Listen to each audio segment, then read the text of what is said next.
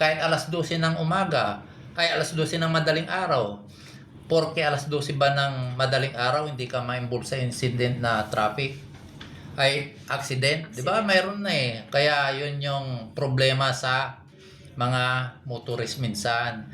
Kahit nahuli na, minsan talaga,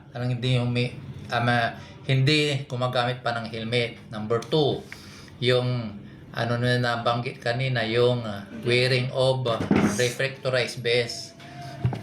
Sa akin as a motorist, in my experience as a PNP din, marami na rin tayong diyan.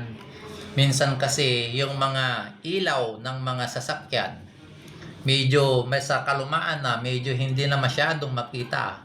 O yun, ang ng reflectorized vest, malayo ka pa lang, nakikita mo na parang kumikinang eh, parang nakakasilaw eh. Doon mo maano na may nasa harap mo na. Kasi hindi naman lahat ng yung mga bago siguro ngayon, medyo talagang visible na yung mga ilaw nila, yung mga signal light, stop light, yung mga pero yung mga luma, hindi na rin makita. Kung hindi ka pa mag-high beam, hindi mo talaga makita. Kaya one of the causes na aksidente dyan, lalo dyan sa mga part ng dyan, yung mga highway dyan sa Bugalyon, Aguilar yan, di ba medyo maluwang dyan, talagang mabibilis yung sasakyan dyan.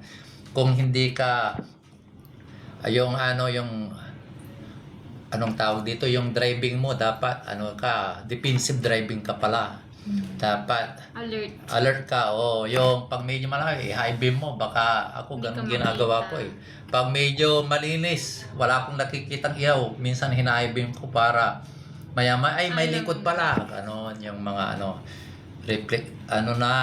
reflectorized base saka rin yung isa na may violation dyan, dapat pag naka motor tayo single, lalo na single, dapat may wearing of shoes din tayo. Kasi ang wearing of shoes, just in case na may nakabundol sa'yo, naka-side sweep, kung walang kang shoes, minsan pag natamaan yung daliri mo sa paa, putol yan.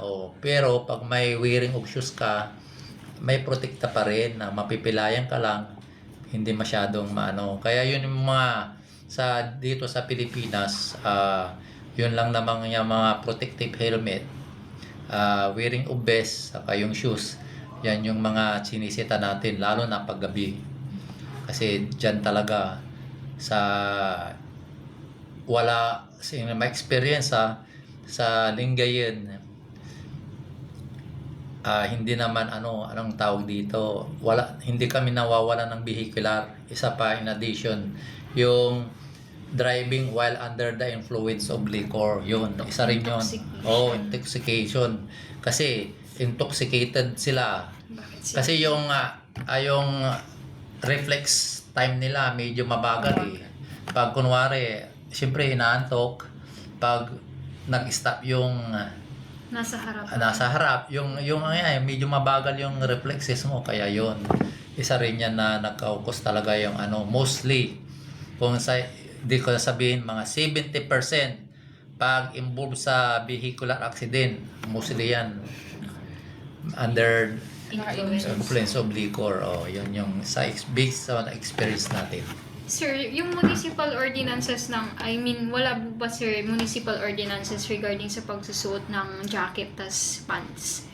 So far, wala pong ang municipal ordinance dito, parang Land Transportation Code of the Philippines, parang naka siya doon. Yung 41360. Parang doon siya naka-focus din. Pero yung violation na wearing of kasi ang sa ko lang in my din, baka may mga pag medyo mahirap hindi na makaano ng mga jacket, lalo na pag talaga yung may mga pants ganon, yung back parang wala yung helmet talaga yung doon. Sa pagkakaalam ko, if I'm wrong, wala din sa LTO yung helmet law. Yun yung ano. What key regulatory factors influence the enforcement of protective gear regulations, and how do elements such as manpower, logistics, and public cooperation affect the success of these enforcement efforts? Yan, medyo dyan tayo kaka-problema yung pag-effect or sa manpower. Just in case sa amin, ang traffic enforcer sa amin, minsan kasi may mga trabaho, mostly sa amin kasi nag-ano kami sa mga public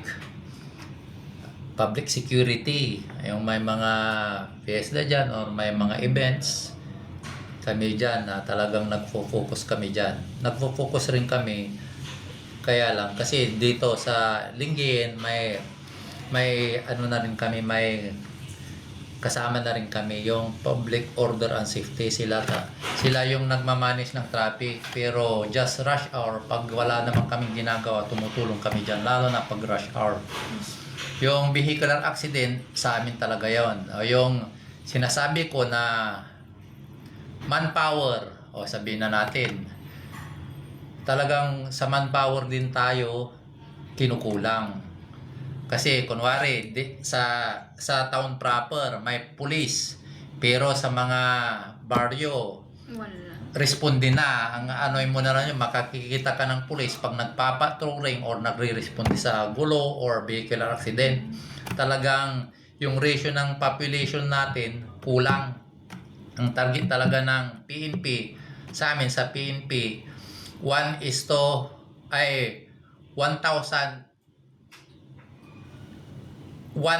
policeman pero 500, pero hindi pa na ano yun.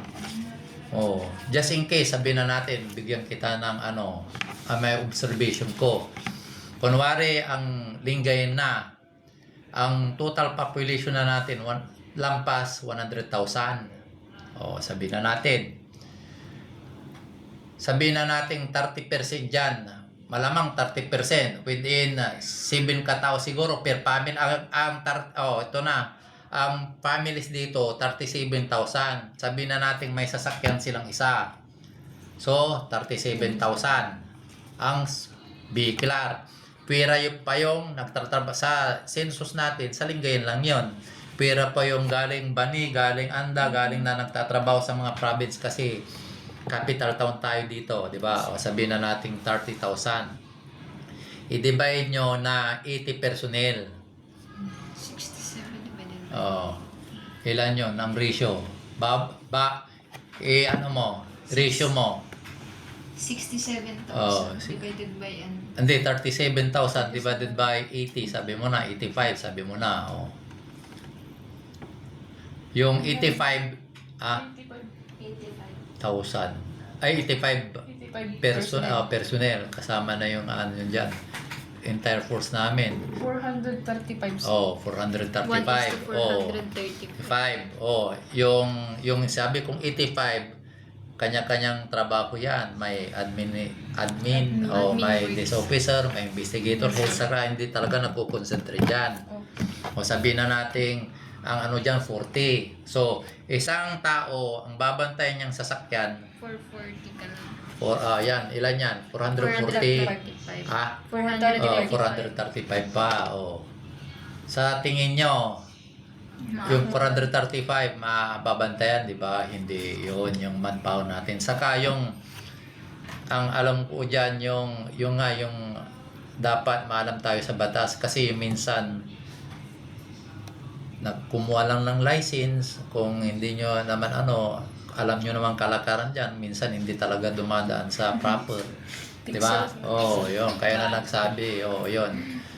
Talagang minsan, hindi mo ba alam to? Sabi, siguro dumang ka sa ganito.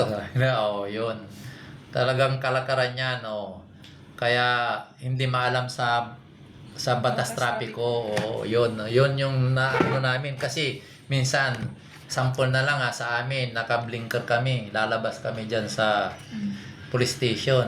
Talagang isisingit pa na parang gusto nila lagi yun nga di ba, courtesy lang dapat. Kasi binanker na namin, ibig sabihin may pupunta na kami ng emergency. Uunahan pa kami yung discipline. Discipline sa kalsada din. Yung mga tao, may mga tao na talagang matigas ang ulo. Yung kahit alam nilang pipili nila kahit, "Sir, gabi naman na. Mag-check ka pa ba ng helmet? Maghuli ka pa," parang ganon.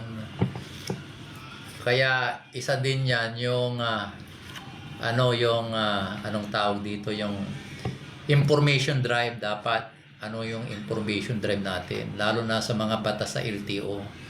Sa tingin ko medyo kulang talaga, kasi pag LTO rin yung basis sa entire Region 1, sabihin na natin siguro walang 1,000 sila, sabihin na natin kung 1,000 lang yung traffic enforcer nila or flying squad na sinasabi nila, hindi talaga yun, kasi siyempre may magpapansyon na admin, di ba? Iba-iba. Iba-iba din.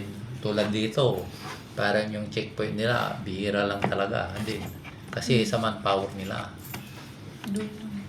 Di ba? Nakikita nyo naman yung kunwari distrito or cluster nila dito, silang lang naman. Parang yung police din, sabihin na natin sa police per station or per municipality mayroon, pero kulang pa rin. Yun yung isa, yung defleeted manpower, tapos yung information dissemination, tapos dapat talaga example lang para may karoon kayo ng idea. Yung sa pinsan ko, before siya nakakuha ng